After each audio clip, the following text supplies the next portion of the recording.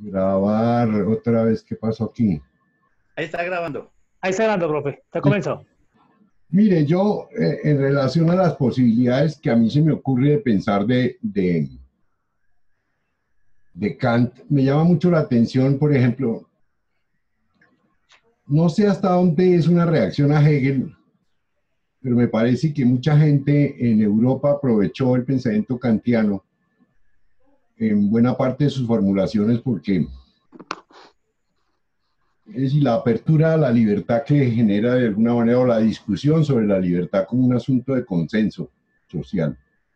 En segundo lugar, la influencia y la pertinencia de un grupo muy amplio de investigadores en antropología sobre las comunidades indígenas, sobre las sociedades arcaicas.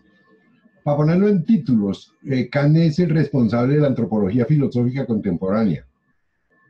Yo no sé hasta dónde Hegel se va a utilizar, me parece menor fórmula. No ve uno que los arqueólogos y los antropólogos europeos y norteamericanos, fundamentalmente Boas, todos ellos, el mismo Levi-Strauss, uno encuentra que todos los textos de Levi-Strauss, es decir, esa es la gran virtud de estudiar filosofía, que después puede uno leer otras ciencias y entiende uno de dónde sacaron los argumentos. Pero me da la sensación de que, a pesar de lo que yo decía hace un rato, me parece que Kant se asustó con el mismo proceso que él abre.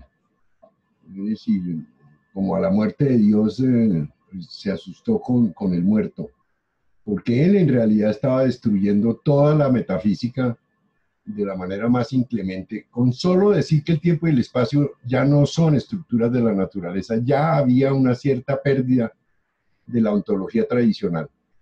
Y eso pone en consideración las posibilidades de la responsabilidad del ser humano como portador del lenguaje.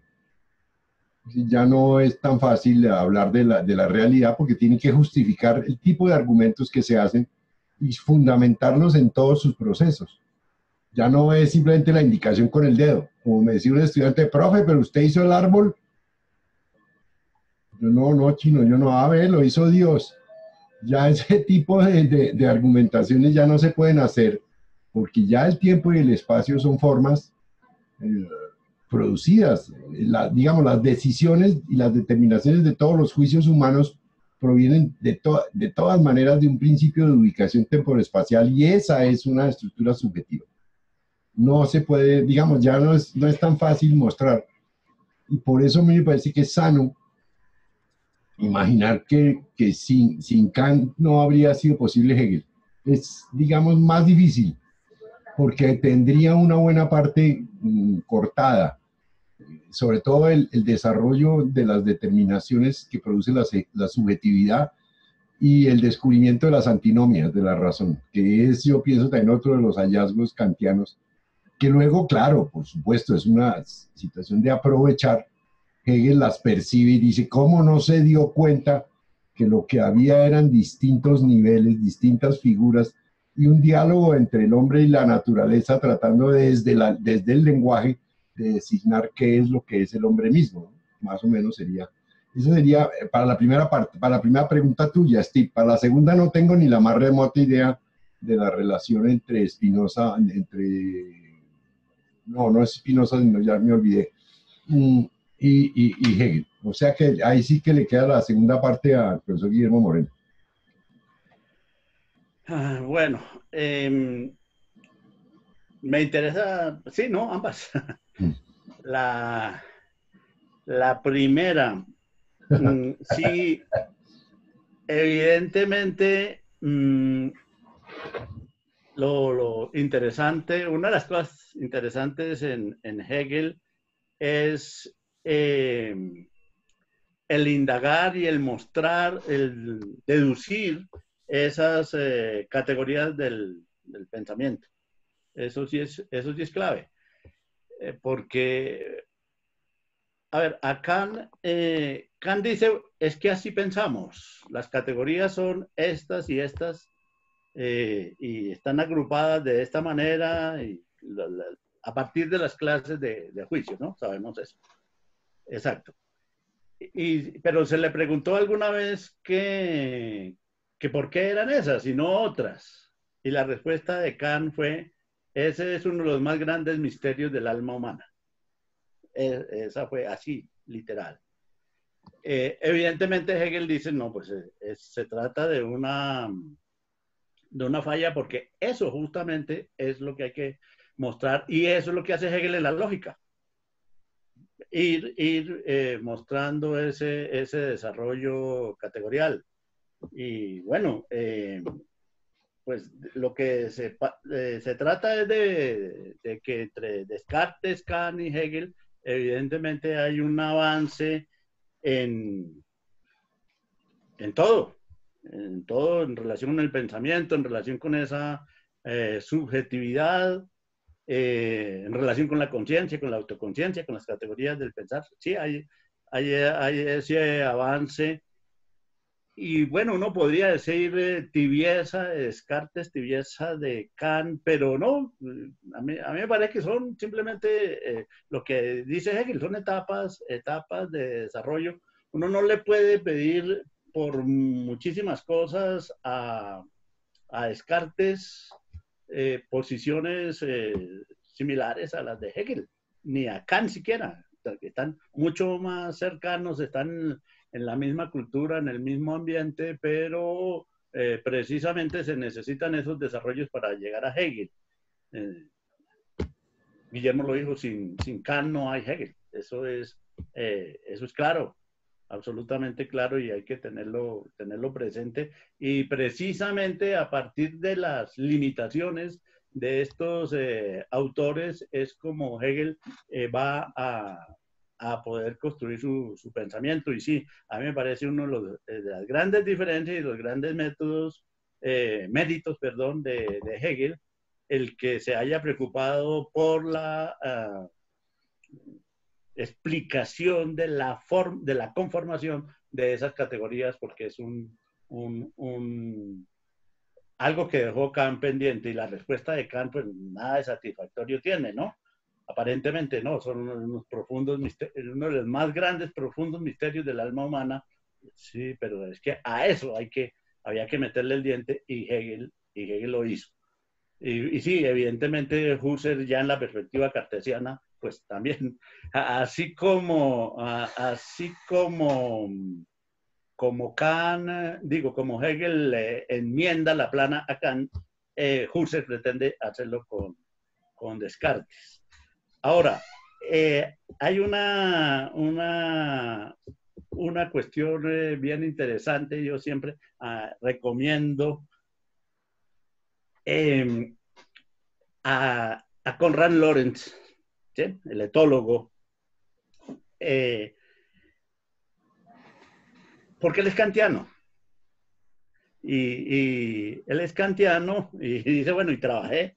Una de las grandes satisfacciones que tuve en mi vida fue ir a trabajar en la universidad donde trabajó Kant, en Königsberg. Este tipo, sabemos, es premio Nobel de Medicina, ¿no?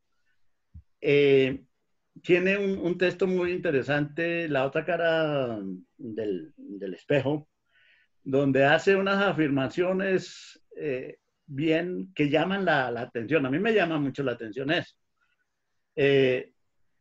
Fíjense que usted pronunció la palabra cartesiana, husserliana de innatismo. Lorenz pretende justificar fisiológicamente ese innatismo. Entonces, para darle razón a Kant, se trata de justificar los a priori kantianos que hay de las categorías y de las mismas formas de la sensibilidad, y el tipo no se queda ahí planteándola a nivel del hombre, se va hasta los organismos unicelulares para hacer un recorrido y decir, mire, lo que pasa en esto, Kant tiene razón, parece rarísimo, pues, y se puede tachar de idealismo, lo que sea, pero si uno empieza a hacer un estudio precisamente con organismos unicelulares, empieza a encontrar allí que estos organismos tienen un sistema de reacción frente a lo exterior. Por ejemplo, algunos de estos organismos unicelulares responden a la luz. La luz les produce a estos organismos una irritabilidad.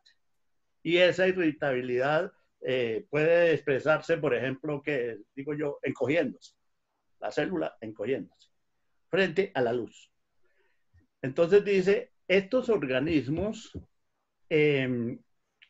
interiorizan, por así decir, ese tipo de respuestas. Cierto, encogerse, estar irritados frente a algo, lo interiorizan, y en la medida en que se van volviendo organismos más complejos, hay toda una serie de respuestas. Empiezan con respuestas al mundo exterior, pero terminan interiorizadas en el organismo. Entonces ya después uno las ve en esos organismos, en la medida en que van creciendo, puede ver esas manifestaciones sin necesidad de que se produzca la afectación exterior y ver evidentemente que se produjo algo exterior y luego la respuesta ya no puede hacer uno esa ligazón directa causa-efecto, y entonces empiezan a aparecer una serie de actitudes que antes eran reacciones, pero están tan interiorizadas en el funcionamiento de los organismos que uno las ve espontáneas de los organismos hacia afuera, innatas. Los a priori, mejor dicho, casi. Y pues el tipo se va hasta allá para decir esto, la medida en que se van complicando los organismos hasta llegar al hombre, permite que haya ciertos a prioris en esos organismos, y en el hombre va a permitir la existencia. Es una vaina muy compleja, pero en el hombre va a permitir que haya ese tipo de a prioris. A mí ese cuento de mí es interesante, porque es revolverle, porque lo otro es innato. ¿Por qué? Porque Dios quiso, ¿no? En el caso de Descartes. En el caso de Kant no sabemos, fíjense las dos respuestas. En el caso de Descartes es porque Dios lo puso ahí. Así somos, ¿no? Si tenemos la idea de Dios porque Dios nos la puso, que es la tesis de Descartes, es la marca de fábrica de Dios, la impronta. Sí, dice, pero la huella que Dios dejó en el alma del hombre es la idea de Dios. Entonces, punto. Kant no se atreve a decir eso, pues claro. Dice, entonces, uno de los profundos misterios del alma humana. Y Hegel sí pretende resolver, pero la idea de relacionar ese innatismo con una evolución fisiológica se me hace interesante de un etólogo kantiano que trabaja eso. Bueno, esa es una cuestión que quería decir en relación con la primera pregunta. Con la segunda pregunta es más interesante. Es más interesante porque sí, evidentemente la idea de espíritu es mucho, mucho más amplia que la subjetividad, pero se apoya en esa subjetividad. La conciencia, la autoconciencia es el modo de ser del espíritu, el modo de aparecer. También, y de ser. Desarrollarse, sí. Y desarrollarse el espíritu lo hace en la autoconciencia, pero es algo mucho, mucho más amplio que la subjetividad. Claro, es que el espíritu, y ahí sí ya es radical. El espíritu es todo. El espíritu es la subjetividad, sí, claro, es por ahí por donde llegamos a la noción de espíritu. En esos párrafos estamos justamente empezando a captar que es por la autoconciencia como se capta el espíritu, pero precisamente lo que se va a captar es que el espíritu es mucho más que esa subjetividad de los individuos, y pasa a ser la objetividad de las sociedades. Claro, de las sociedades, y la objetividad de la historia.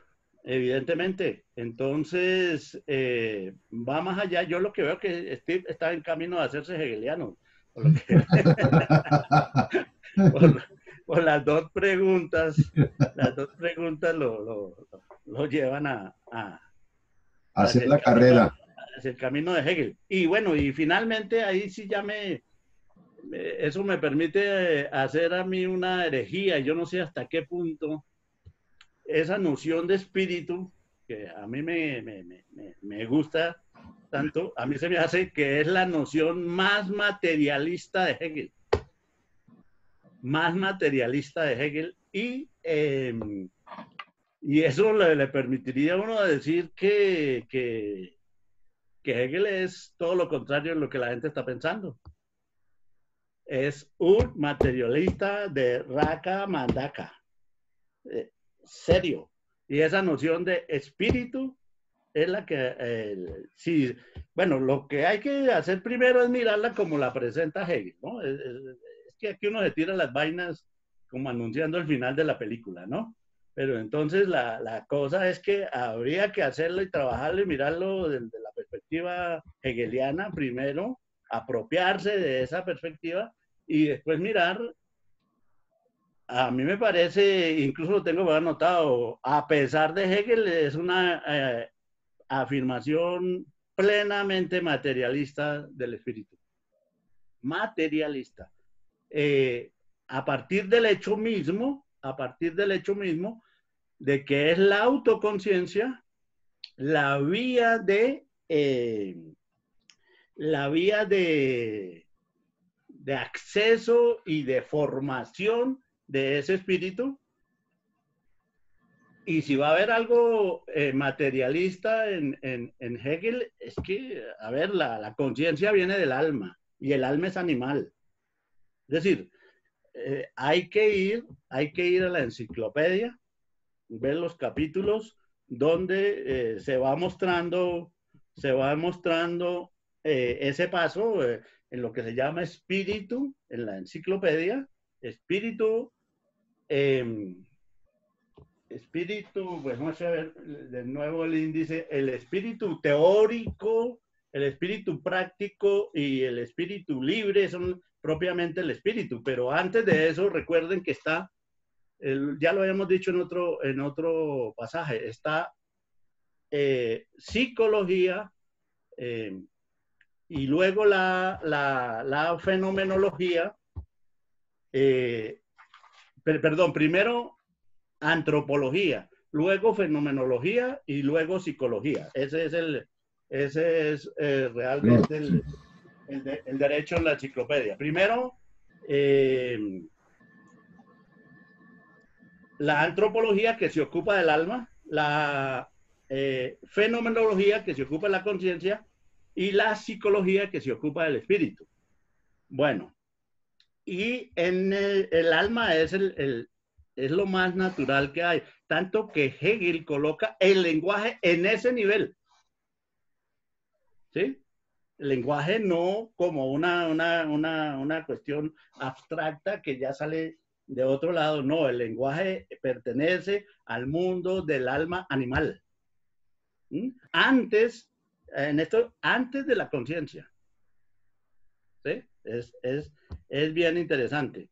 Entonces, mirado eso en la enciclopedia, dice uno, no, este Hegel sí es un tipo, es decir, ahí no solamente vale lo de Lenin que decía que es preferible un idealista inteligente a un materialista bruto, expresión, y por supuesto el idealista inteligente era Hegel para Lenin, y entonces decía, vale mucho más el idealista inteligente que el materialista bruto, pero hasta qué punto y cómo mirar esa idea de un materialismo en Hegel es bien interesante. Es que además el espíritu son las acciones de los hombres, son la luz, el deseo, la lucha, el trabajo, la conciencia, el pensamiento y la ligazón que eso tiene. Y esa vaina son a todo se le puede buscar una relación con ese mismo mundo. Ahora, no importa que ese mundo, ya esa es otra cosa, no importa que ese mundo sea absurdo o eso que no conocemos allá sea absurdo y otra locura. Entonces, sí, claro, el espíritu, quienes consideran esa noción de espíritu de Hegel como una noción idealista, como una noción vaga, a mí me parece que no se está teniendo idea. Es que, a ver, Guillermo, precisamente el párrafo que él escribe es contra que digan eso, y como la gente no se lee párrafo a párrafo, sino que se hace el resumen, pues es muy fácil aventurar la fórmula de que precisamente lo que él está criticando es lo que él es. No, todo lo contrario. No hay ningún interés por el espíritu como para ponerlo en los libros, al lado de los libros de oración. No, no se trata de eso. E incluso la noción de alienación, que yo, sí, pues por ejemplo, solo por seguir la tradición explicativa, explico la alienación en Hegel como la alienación de Dios en el mundo, para entender a Hegel, y al contrario de lo que puede ser la alienación en Feuerbach, la alienación del mundo en Dios, para hacer ese contraste. Digo, bueno, pero esa es una forma de explicar, pero si uno se pone a mirar despacio, pues, en parte eso es lo que a mí una de las cosas que me interesa a mí de Hegel, la alienación en Hegel se puede interpretar como la de Feuerbach, solo que o sea, bien hecho. ¿Mm? Sí. O sea, del hombre natural en otra cosa. Sí, tal cual. Se puede interpretar esa alienación en Hegel exactamente al revés de como uno tiene que explicarle en las clases Bueno, para que la gente se haga una idea de Hegel. ajá, Pero es que aquí la cuestión ya no se trata de que nos hagamos una idea de Hegel, sino que tratemos de sacar más de adentro de lo que tiene Hegel, que es donde hay cosas sumamente valiosas, más allá de simplemente tener una idea de lo que puede ser Hegel. Bueno, eso en relación con lo segundo, no sé si sirva o bueno, no sirva. Bueno, ya. ¿alguna otra pregunta a los asistentes? Y damos por finalizado con esta sesión el día viernes de junio, primeros días de junio. ¿Algún comentario adicional, alguna pregunta? Carlos quiere intervenir. Guillermo, yo tengo una cosa ahí. Es que Hegel arranca el párrafo de una manera muy precisa y dice, no es difícil darse cuenta. Bueno, el problema es cómo es que se da cuenta el espíritu que realmente está llegando a un nuevo nivel de la libertad. Si la historia del espíritu es la historia de la libertad, debería estar llegando a un nuevo nivel de la libertad, a una figura nueva de la libertad. Pero cómo es que dice, bueno, Hegel lo dice de una manera muy rápida, no es difícil darse cuenta. Yo no sé hasta dónde sea tan fácil darse cuenta, que sería la otra posición. O sea, fuera no desde el punto de vista de la historia, de la ilustración, del texto de Kant sobre respuesta a la pregunta que es la ilustración, sobre los acontecimientos del siglo XVII, XVIII y XIX, sino desde el punto de vista del puro pensamiento o del puro conocimiento, cómo el espíritu se da cuenta de esto y cómo detecta ese nuevo nivel. O sea, cómo es que detecta de alguna manera el movimiento mismo de la libertad. Que sería una cosa que a mí me llama pues, la atención ahí en ese inicio del párrafo. Y dice él que vivimos en tiempos de gestación y de transición hacia una nueva época. Pero es casi que me recuerda un poco a Marx cuando dice, es muy fácil explicar por qué los griegos llegaron a hacer la obra de arte que hicieron desde el punto de vista material, pero es muy difícil explicar por qué nos gusta hoy. Pero Marx lo dice rapidísimo, dice, eso es facilísimo, pero yo no sé hasta dónde es tan fácil y cuál es la facilidad que encuentra Hegel allí o cómo lo logra pensar para poder entender esa cosa tan Yo no sé, Carlos, que si ayude, digamos, pero el hecho grueso, el más protuberante es la sensación que debieron tener las comunidades y en ello todos los principados alemanes cuando los franceses de cuenta propia se van hacia el palacio y destruyen el gobierno del rey. Ese es el hecho grueso, digamos, el hecho más protuberante, si se quiere mostrar de esa manera. Es decir, el momento en que la ociosidad monopólica de los nobles había generado una cantidad de tropiezos frente a la expansión del comercio de los burgueses en Francia. Pongámoslo así. Supongamos que ahí hay un elemento que muestra la apertura al desarrollo del capitalismo, si se quiere. Pero yo tengo conciencia de que además en algunos textos se hacen referencias muy dicientes de los muchachos que estudiaban en el colegio fridericiano, es decir, donde todos los estudiantes que iban a ser pastores de la iglesia protestante iban a estudiar filosofía en Alemania.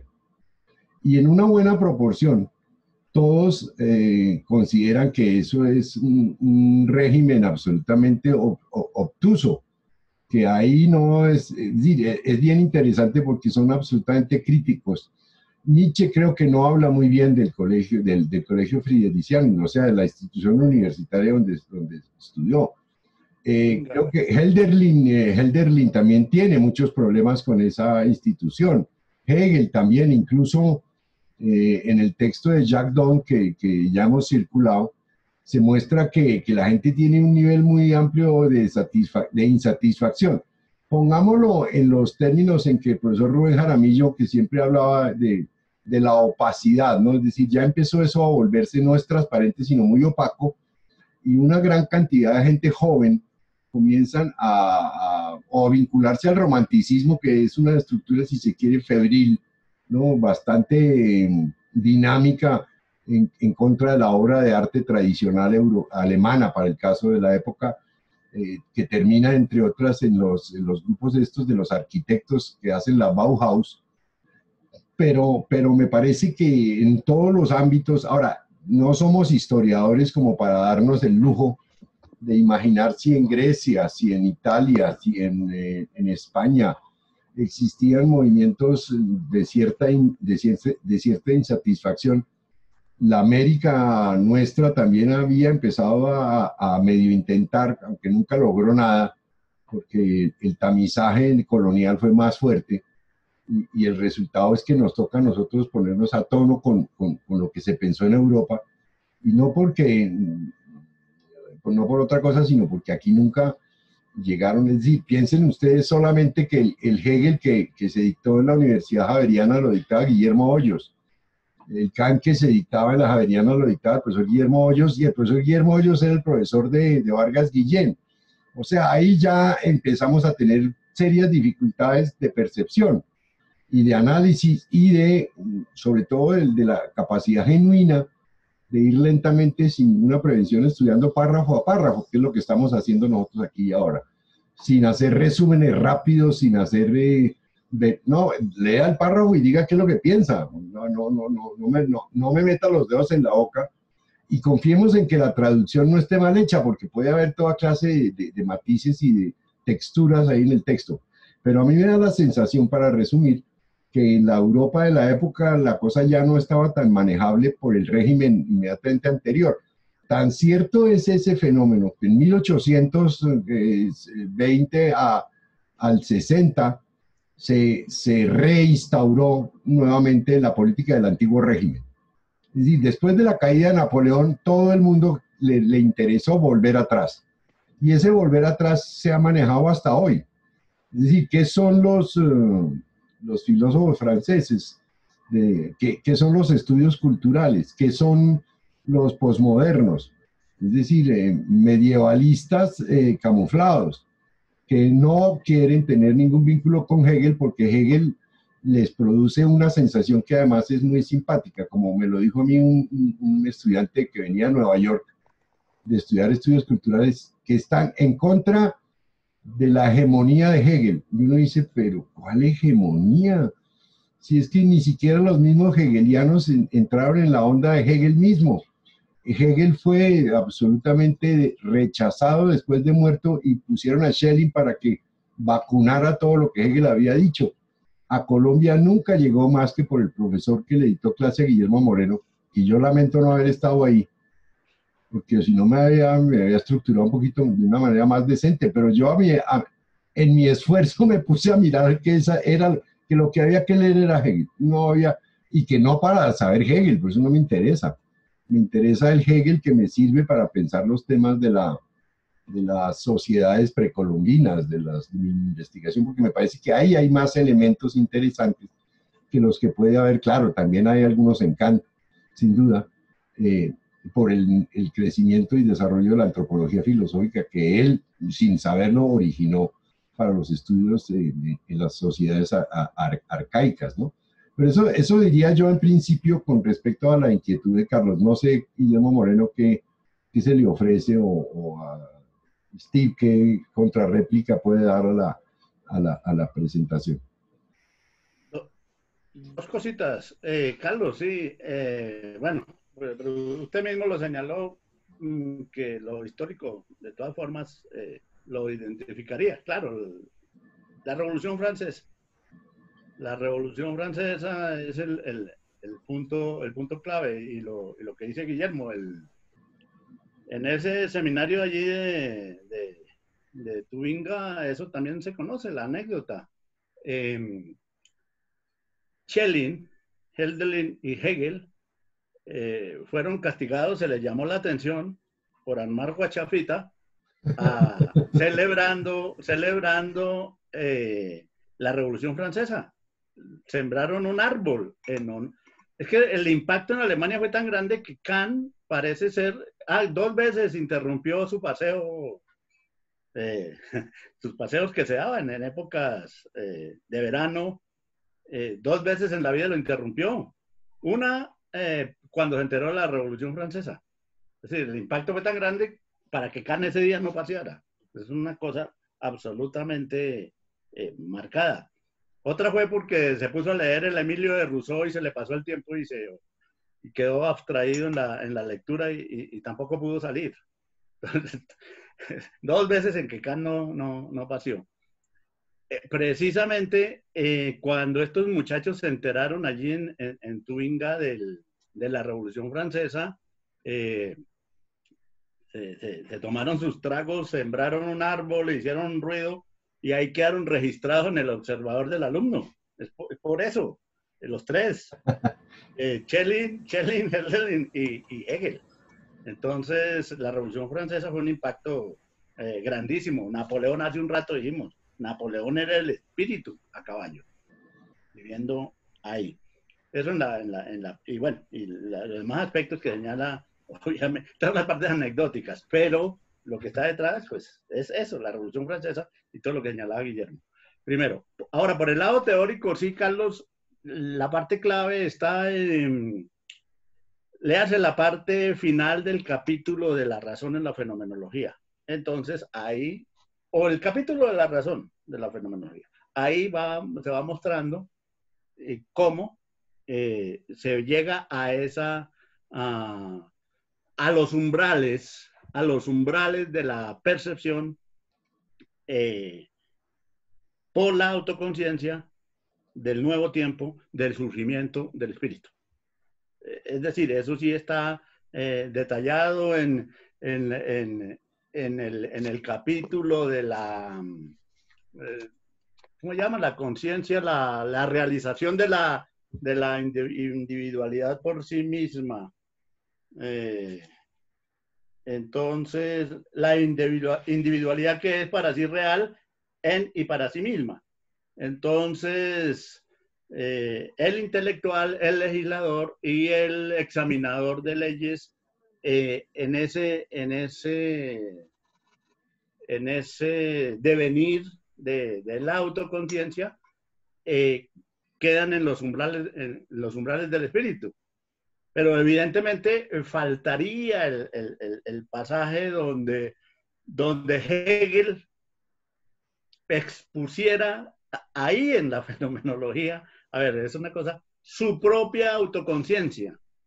Pero es que él lo que va a hacer ahí es saltar de la razón y decir, bueno, no, esta vaina, el espíritu no es, si bien es cierto la autoconciencia, y la autoconciencia individual es la forma como el espíritu, la forma que tiene el espíritu para empezar a ser en el mundo, y ahí va a aparecer ese concepto. Eso que se capta, lo primero de ser, de la propia forma de ser del espíritu, es lo que Hegel llama la sustancia ética. Sustancia ética a la que corresponde la conciencia ética. Y llegados a ese punto donde se tiene una conciencia ética, entonces Hegel dice, ahora pasamos a mostrar cómo ha funcionado esa conciencia ética realmente en la historia. Pasa justamente al capítulo de la eticidad. ¿Qué es la eticidad? El espíritu real, el espíritu verdadero, Grecia. Eso, o sea, el espíritu sí existió previamente como social, como ente social, dijéramos, como entidad social en Grecia. El espíritu verdadero, la eticidad. ¿Qué pasa con ese espíritu? Que luego, o sea, ¿qué es eso? Grecia. Grecia porque es la única sociedad, ¿sí?, donde lo individual está fundido con lo social. Ahora, lo que Hegel va a mostrar es que a pesar de esa fusión de lo individual con lo social, que los románticos creen que es completamente armónica, ese es el ideal griego que la gente tiene, Hegel, adelantándose a Nietzsche, va a mostrar que eso está lleno de conflictos. Por eso ahí viene el examen, el análisis de Antígona.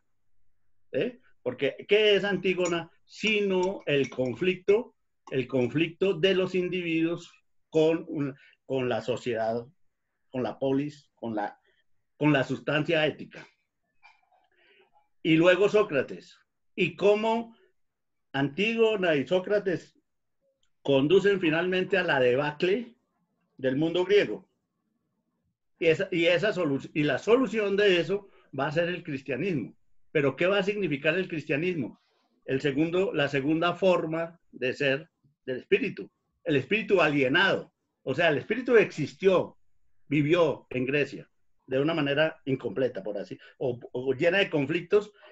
Además, porque faltaba el elemento central para el desarrollo del espíritu, el individuo. Claro. El la individuo. La individualidad. Entonces, esa es la pelea de Antígona primero y después Sócrates. Y el individuo como tal, el valor del individuo como tal, lo va a dar es el cristianismo. El cristianismo es el gran mérito, uno de los grandes méritos del cristianismo es haberle aportado al espíritu el individuo.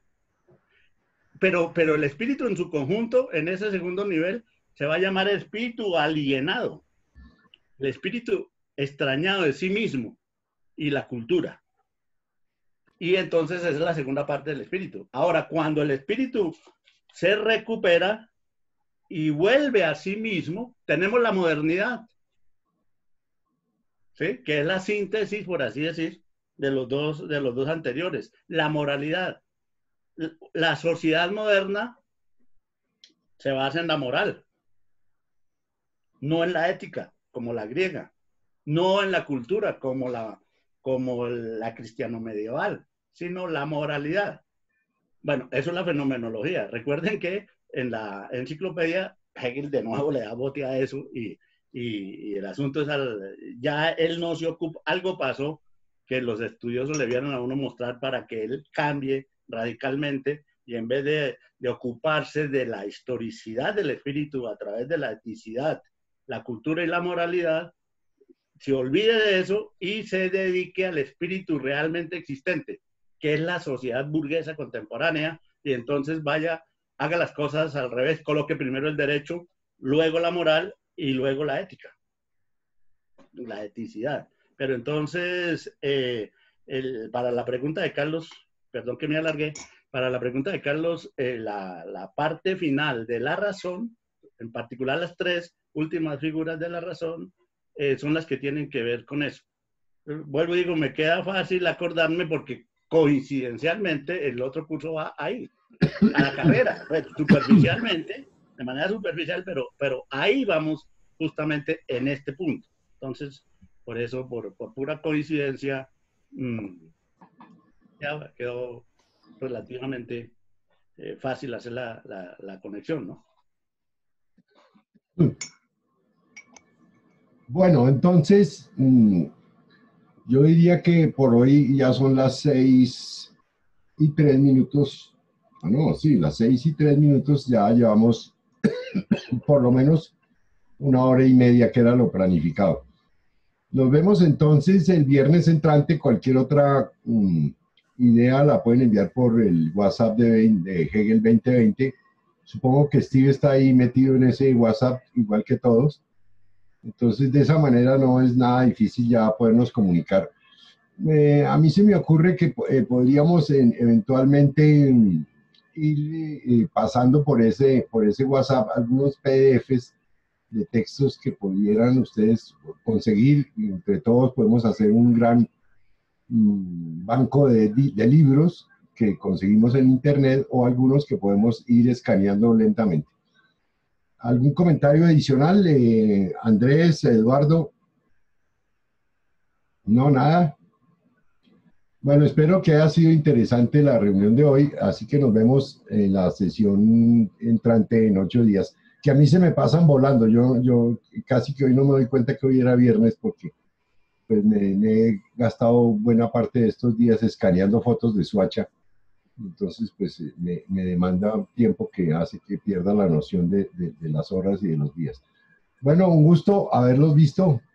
Edwin, ¿le pareció interesante? Me parece muy bien. Que esperaría yo que ustedes inviten más estudiantes de la pedagógica y de la distrital para que tuviéramos una asistencia más grande utilizando estos medios, que son ahora los únicos que podemos utilizar, ¿no? Sí, me parece que no es mala idea que ustedes aprovechen las posibilidades de ir leyendo sin ninguna prevención, texto a texto, párrafo a párrafo, la obra de Hegel. Bueno, mil gracias a todos. Que estén muy bien. Chao. Feliz Profe, noche. mil gracias. Hasta luego. Hasta luego. Hasta luego. Chao, chao.